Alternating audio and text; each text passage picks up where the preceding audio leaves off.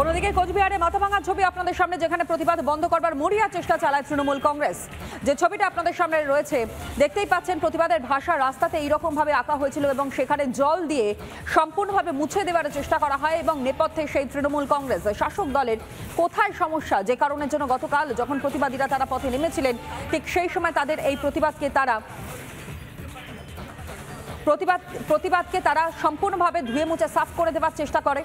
রাস্তার ওপরে যেভাবে প্রতিবাদ সংগঠিত হচ্ছিল জাস্টিসের দাবিতে, বিচারের দাবিতে, ঠিক সেই সময় জল দিয়ে, রাস্তার ওপরে জল ফেলে সেই প্রতিবাদের ভাষা মুছে দেওয়ার চেষ্টা করে তৃণমূল কংগ্রেস, এমনটাই অভিযোগ উঠে আসে।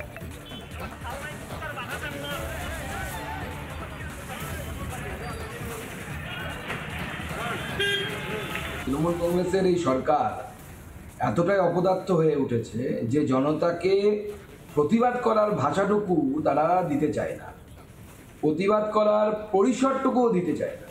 আজকে মাথাভাঙাতে আমরা যা দেখলাম, যেভাবে তৃণমূলের গুন্ডা বাহিনী নেমে সাধারণ মানুষকে চর থাপ্পড় মেরেছে, আমি সাধারণ মানুষের কাছে আহ্বান করব, পুলিশ যদি এদেরকে গ্রেপ্তার না করে, আপনারা এফআইআর করুন।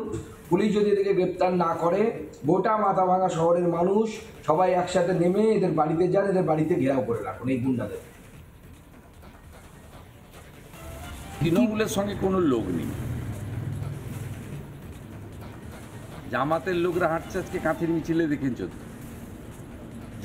জামাত শিবিরের লোকরা ছিল, আর কিছু চোর চিটিং বাজ ছিল যারা চুরি চামারি করে খায় পঞ্চায়েত পৌরসভা। কোনো ভদ্রলোক ছিল নাকি? কারা ছিল যা আজকের মিছিলে? জামাতের লোকরা ছিল। আজকে হঠাৎ কি হলো? হঠাৎ করে কিছু হয়নি তো, আমরা মানববন্ধন করলাম না, এই যে দেখলাম একজনের উপর আক্রমণ বা ওই জল দিয়ে ধোয়া মোছা হচ্ছে, কি বিষয়? না না, এই ধরনের ঘটনা কিছু ঘটনাই তো না, দেখিনি তো। আমি যে একটু আগে আসলাম,